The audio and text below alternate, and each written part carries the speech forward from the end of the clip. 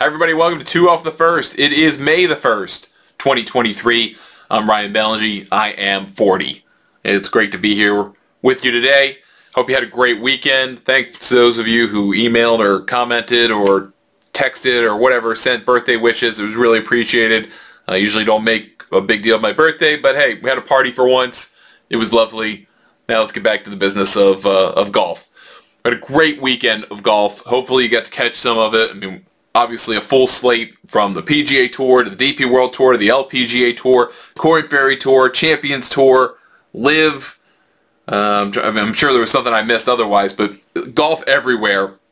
And this is a really kind of an interesting time of year for that, where we start to get to the weeks where there's 5 or 6 tours in action. Most weeks it can get kind of exhausting, but there's always something to follow, and some good stories came of it. I think we're going to start with Tony Finau becoming a 6-time PGA Tour winner.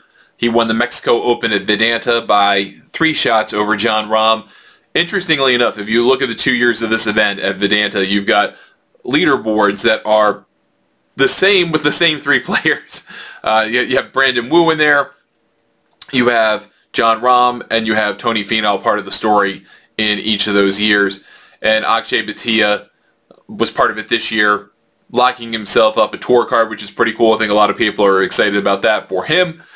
And this weekend was, it was great golf. I mean, if you look at what Finau did, he shot 65 basically every round, 2 65s, a 64 and a 66 to wrap everything up.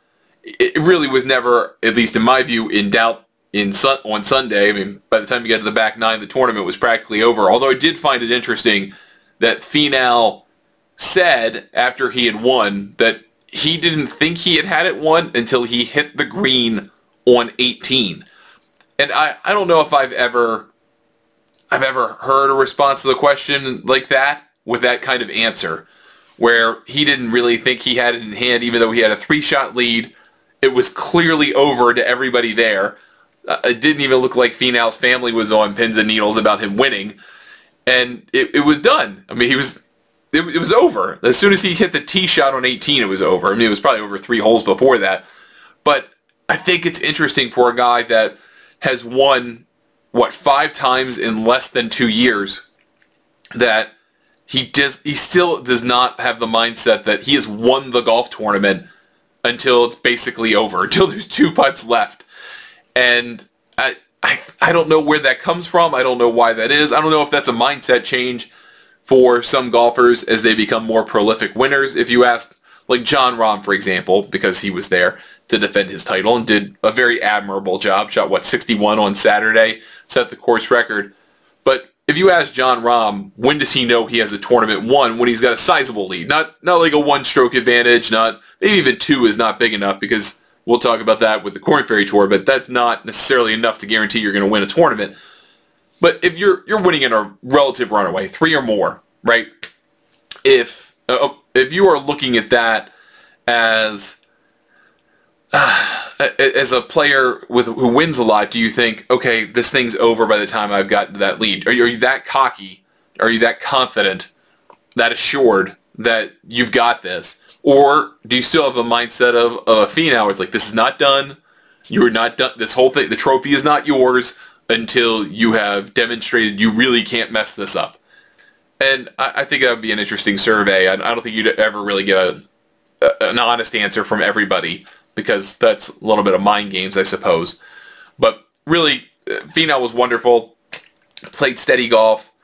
The guy's won now twice in the season. He won the Houston Open in the fall. Very similar courses, pretty long, can kind of hit it, not anywhere, there's some trouble, but more or less can hit it anywhere with some degree of impunity. There was a reason he came into the week as the second favorite for the tournament, and he played like it. And now has, again, 5 wins in the span of less than 2 years, like 20 months. And if you look in the span of less than 12, he's got 4. So the guy's on an incredible tear. He's starting to become the guy I think most people thought he would be, a prolific PGA Tour winner, and he's doing it in a fairly short period of time. That's excellent to see. I think Tony Finau is universally liked and loved, and by his peers, by fans. So the next step, obviously, is logically a major championship. When I'm thinking about majors, I'm not thinking Tony Finau to win the PGA, given who did well at Oak Hill 10 years ago when Jason Duffner won. But I could look at him at a U.S. Open, because LACC is not exactly wide open, but it's not very narrow either. And depending on how the USGA chooses to set it up, that could be the spot for Tony Finau to break through and win a major championship. Either way, incredible turnaround from a guy who had a lot of hard luck losses and didn't play particularly well in final rounds to a guy who's figured out how to play well in final rounds. If you look at Data Golf, if you're familiar with the site datagolf.com, they're great. They do a wonderful job. Look at their Twitter feed over the weekend, and they give a great, maybe it was from today even, they give it a great comparison to Tony Finau when he was unfortunate or on the bad side of variance at a lot of PGA Tour events where he had a chance to win.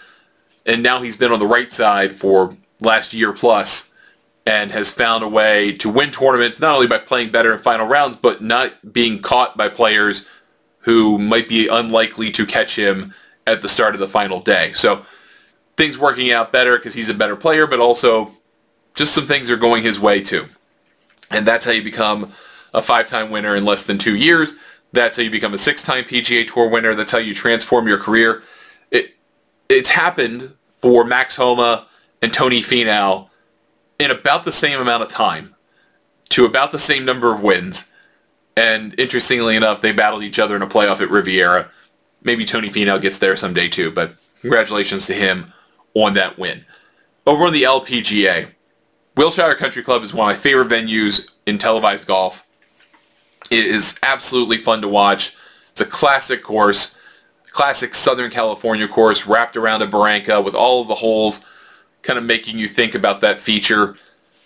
It's a classic, shorter course that really wouldn't work well for male professional golfers, but it's great on the LPGA for the JM Eagle LA Championship, which is kind of confusing because they renamed this tournament because JM Eagle got involved and they put up a $3 million purse, and it was great. But the LA Open was really where this tournament was played, now called the DIO Implant LA Open. Well, that tournament name is now affixed to Palos Verdes, which was supposed to be like a one-off, one-year tournament, and now the tournament's there. So in terms of lineage, you have the...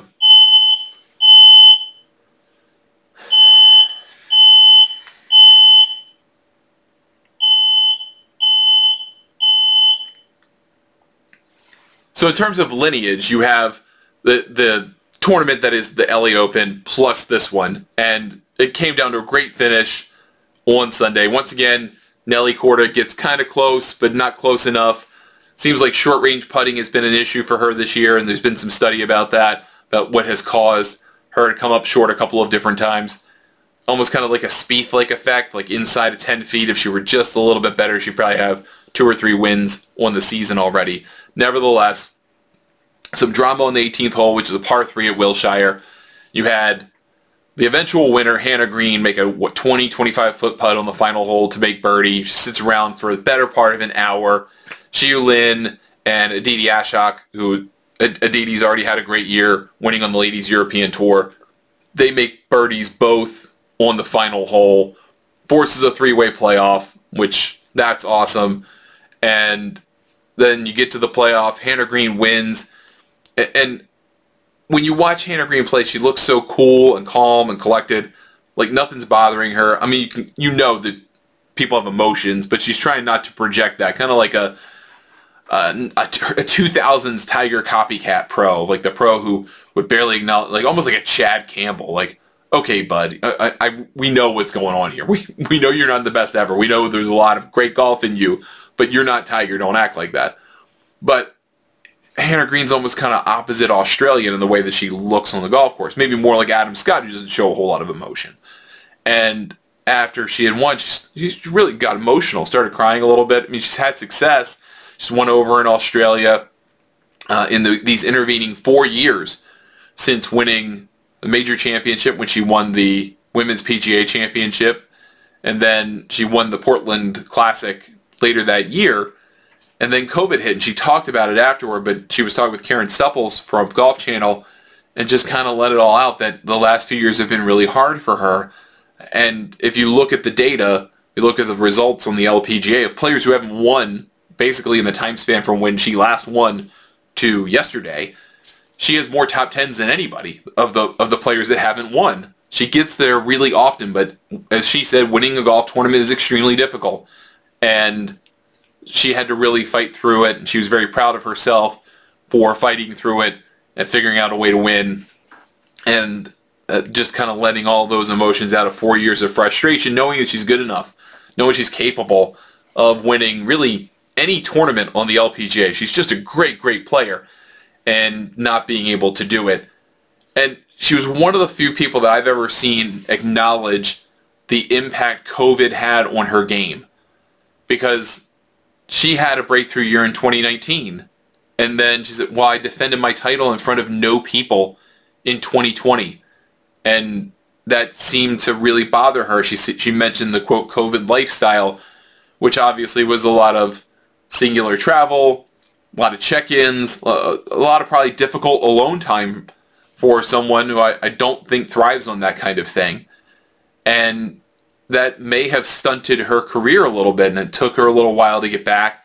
2021 wasn't the best year. 2022 was largely good, but without a win, and now she's back in the winner's circle. So very cool for her. 3 LPGA wins, a very good tournament for the LPGA. They moved to San Francisco this week. They have brought back the International Crown, which is very exciting for them. It's a team-based competition, 8 teams, 4 players, qualified based on the total ranking of your 4 best players in your country that would play, and added them all up, and that's the seeding. Well, unfortunately, there was some news today that actually made me audibly react to the email, and that does not always happen.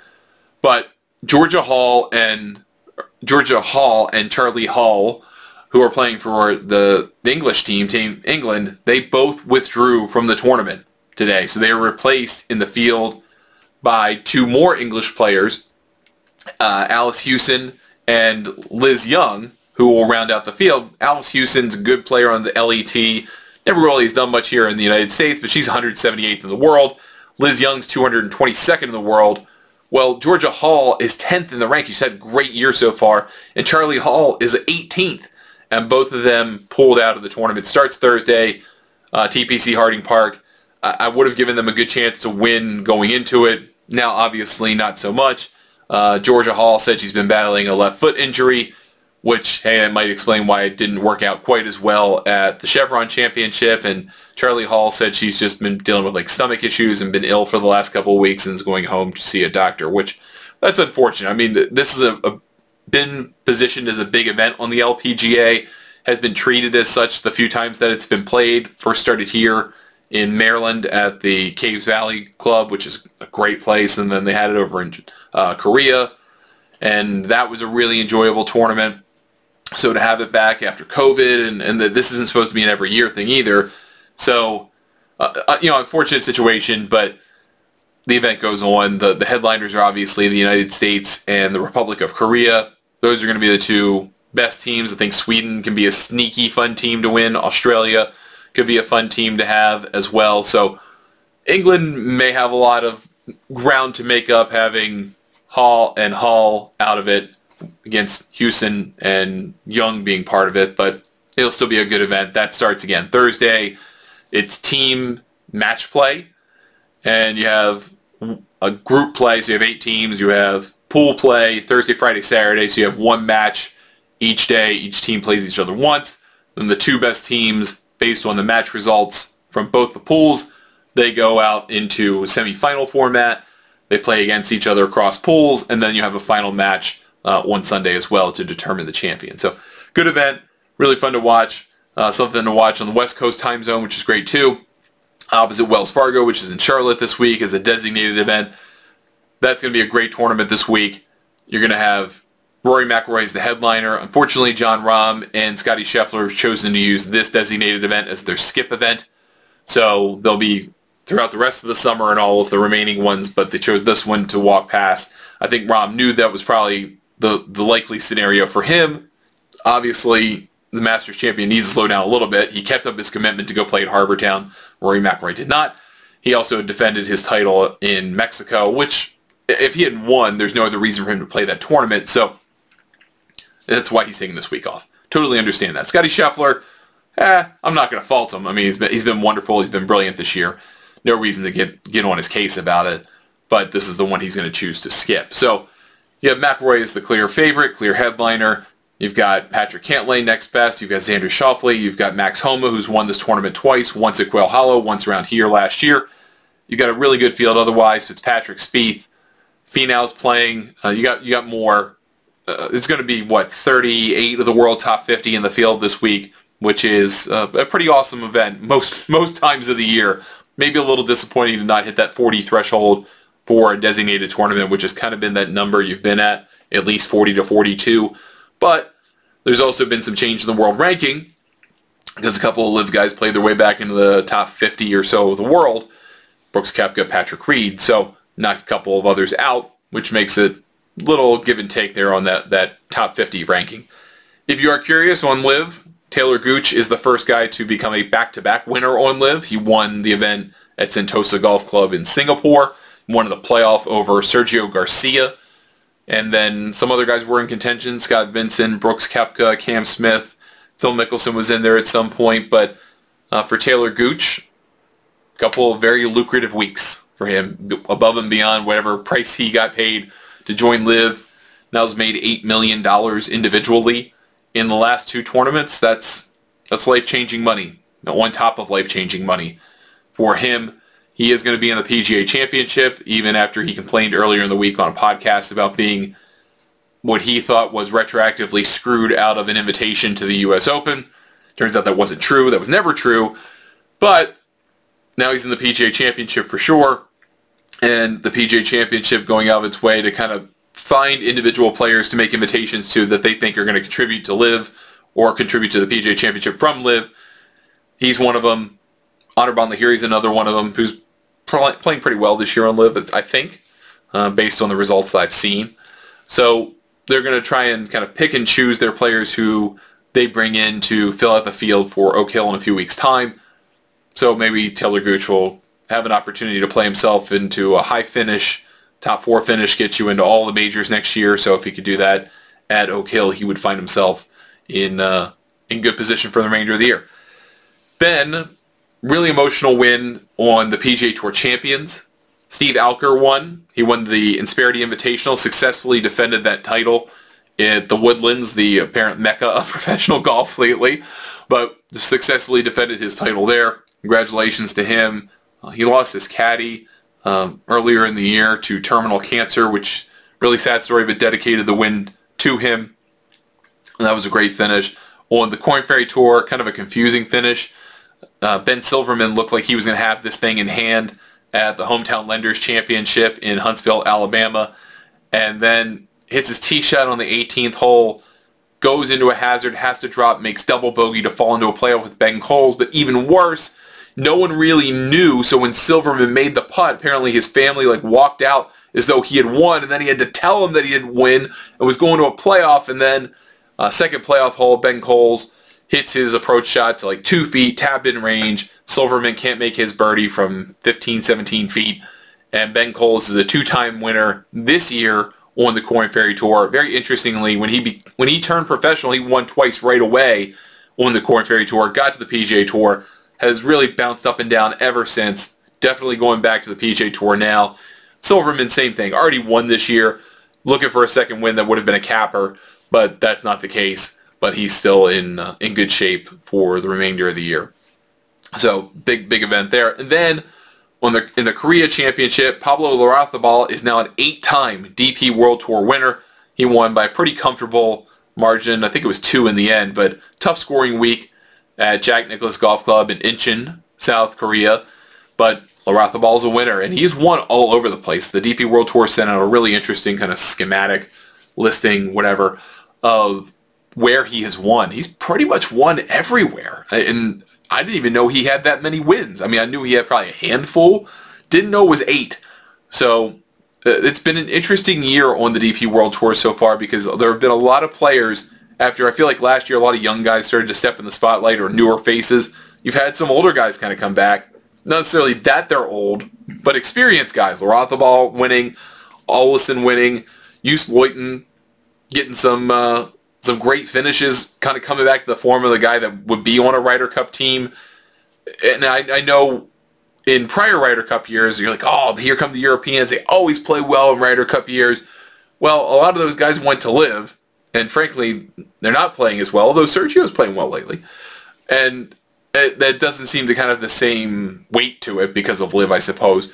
But some of these younger guys who might see an opportunity to get onto that European Ryder Cup team with Luke Donald, who has 6 captain's picks, just like the American side and Zach Johnson, that will be interesting to watch, especially this week because the DS Automobiles Italian Open is at Marco Simone Golf Club, which is where the Ryder Cup's going to be played. So if you play well at the Ryder Cup venue, which is hosted the last couple of years too, but if you're playing well in that venue, you would think Luke Donald would look at you and think, well, you know, he won there.